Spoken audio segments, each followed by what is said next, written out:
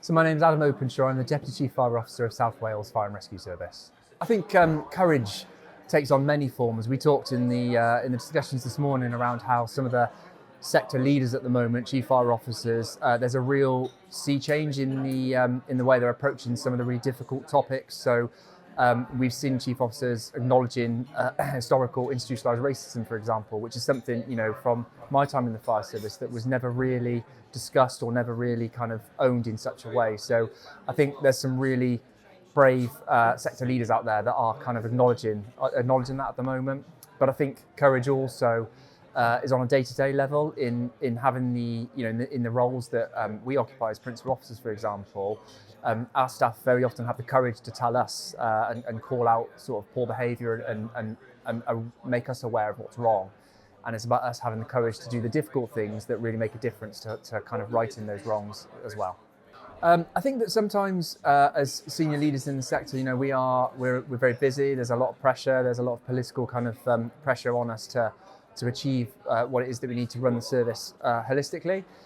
But when staff do have the courage to call out behaviours or give us the kind of ground truth of what's going on, I think that we've got to be really clear and really careful not to let all those other things that happen, in terms of running the service, distract us from actually delivering and letting our words equal our actions in terms of making it better and a more inclusive culture. So I think that, top line in terms of leadership, particularly in these positions, is around visible leadership and role modelling that leadership behaviour that we expect to see. So it's around the consistency and the relentless consistency of making sure that the job's never finished. That leadership's hard. We know that's difficult. It's about what you do all the time, every day, in front of any different audience.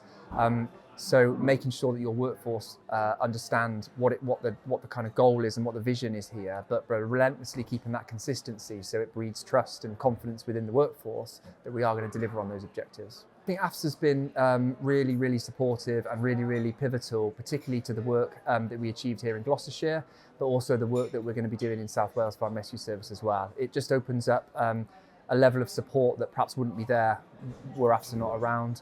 In terms of networking and some of the products that are available from AFSA have really helped us, particularly with positive action, move us forward as a service and continue to move forward. I think conferences like these are hugely important. I think I've been really impressed with the conversations today. They're really frank, they're really open. People have been quite brave in what they've been discussing. And you get a level of honesty here that you perhaps don't get at other conferences. So I really welcome the AFSA conferences and will be attending in the future as well.